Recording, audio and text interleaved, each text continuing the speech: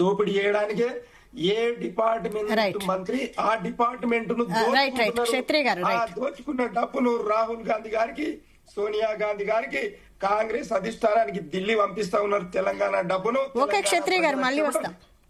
వెంకటస్వామి గారు, మీరు చెప్పండి, ఈ రాష్ట్ర వ్యాప్తంగా జరుగుతున్న ఈ లబ్ధిదారుల ఎంపిక కోసం, ప్రభుత్వ పథకాల కోసం జరుగుతున్న గ్రామ సభల్లో, వార్డు సభల్లో ఎందుకు గందరగోళం నెలకొంటోంది? ప్రజలు ఎక్కడికక్కడ ప్రశ్నిస్తున్నట్టు, పథకాలపై ప్రశ్నిస్తున్నట్టు కనిపిస్తోంది కదా, ఏమంటారు మీరు? ఇదంతా ఒక అభూత కల్పన. ఫస్ట్ ఆఫ్ ఆల్ నేను విజయారి అన్నకు చాలా ఉద్యమాలలో ఉన్నాడు, రాజకీయాల్లో చాలా కాలంగా ఉన్నాడు.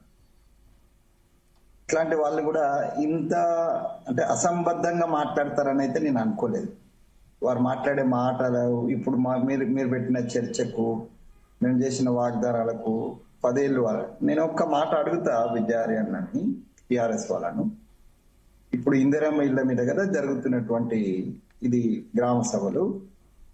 మీరు 10 సంవత్సరాల కాలంలో డబుల్ బెడ్రూమ్ పేరుతోటి ఎన్ని కట్టిండ్రు, ఎన్ని పంపిణీ చేసిండ్రు శ్వేతపత్రం హరీష్ రావుకు దమ్ముంటే విడుదల చేయమను.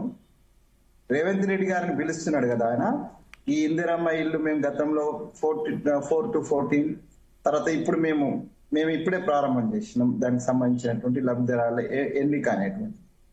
మీరు 10 ఏళ్ల కాలంలో పేదలకు ఇల్లు కట్టించే విషయంలో కేంద్రం నుంచి వచ్చినటువంటి నిధులతోటి కావచ్చు, మీరు ఇచ్చినటువంటి నిధులతో కావచ్చు, దీని మీద సిద్దిపేటకు నేను వస్తాను. హరీష్ రావు గారిని నేను ముందు నుంచి, ఉద్యమ కాలం నుంచి నేను ఎరుగుదును. వారు ఉద్యమ పోరాటంలో ఉన్నారు, మేము కూడా ఉన్నాం. సహచరులమే మేము, పాత ఉద్యమ సహచరులం, జయన్నతో సహా, కేసీఆర్ గారు. నేను సిద్దిపేటకు వస్తా, మీరు కొడంగల్ రావాల్సిన అక్కర్లేదు. మేము సిద్దిపేటకు వస్తాము. మేము పత్రాలు తీసుకొని వస్తాం. 4 to 14 ఏం చేసినాము, పేదల ఇళ్లకు సంబంధించి, సంక్షేమ కార్యక్రమాలకు సంబంధించి. ఇప్పుడు మేము ఏం చేస్తున్నాం, ఈ సంవత్సరం 13 నెలల కాలంలో మీరేం చేస్తున్న దాని మీద బహిరంగ చర్చకు సిద్దిపేటకు మేము సిద్ధంగా ఉన్నాం. ఆయన సవాళ్ళను మేము స్వీకరిస్తున్నాం. అన్ని డాక్యుమెంట్స్ మేము వస్తాం, మీరు పెట్టండి, మీరు డేట్ డిక్లేర్ చేయండి. ప్రభుత్వ పక్షాన లేకపోతే పార్టీ పక్షాన నేను స్వయంగా, నాతో పాటు మిగతా మీరు ఎవరు కోరుకుంటే వాళ్ళు వస్తారు తప్పనిసరిగా. ఈ సవాళ్ళను మేము స్వీకరిస్తున్నాం, మాకు ఏం అభ్యంతరం లేదు. ఎందుకంటే మేము ప్రజలలో ఉన్నాం.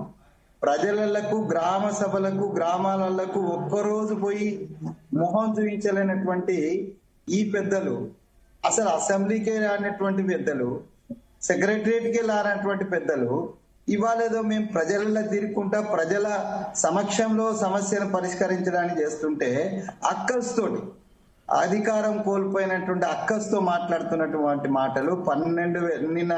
నిన్నటి వరకు బహుశా 6,000 పైన గ్రామాలలో ఈ గ్రామ సభలు జరిగినాయి. ఎన్ని చోట్ల తిరుగుబాటు జరిగిందండి? ప్రశ్నించడము, వాళ్ళకున్న డౌట్స్ క్లియర్ చేయడం కూడా మీరు దాన్ని ప్రజాస్వామ్యంలో బ్యారికేడ్ పెట్టేసి ఎవరిని రానియకుండా పోలీసు రాజ్యం నడిపించిన వాళ్ళు మేము ప్రజలలో పోతున్నాం, ప్రజల మధ్యనే ఉంటున్నాం. వాళ్ళు ఏమైనా క్వశ్చన్ చేస్తే మాకు డైరెక్ట్ క్వశ్చన్ చేసినట్టు మా అధికారులు, మా ప్రజాప్రతినిధులు, మాకు సంబంధించిన వాళ్ళు, ఇంక్లూడింగ్ ప్రతిపక్షాల నుంచి వచ్చినటువంటి ఎమ్మెల్యేలను కూడా అక్కడ ఉండమనే చెప్తున్నాం. మేము అక్కడ ఉన్నటువంటి ప్రజాప్రతినిధులు ఉండమనే చెప్తున్నాం. ప్రజల సమక్షంలో, ప్రజల కోసం ఎన్నికైనటువంటి, ప్రజల ద్వారా ఎన్నికైనటువంటి ప్రభుత్వం మాది. ప్రజల మధ్యనే మేము పరిపాలన కొనసాగిస్తున్నాం. మీరేం చేసిందో ప్రపంచానికి అంతా తెలుసు, ప్రజలకు తెలుసు కాబట్టి మిమ్మల్ని పక్కన పెట్టినారు. ఇలా అన్నగారు మొత్తం ప్రజల్నే, తెలంగాణ ప్రజలు ఎడ్డి వాళ్ళు, గుడ్డి వాళ్ళు అన్నట్టుగా మాట్లాడుతున్నాడు. అంటే ఏం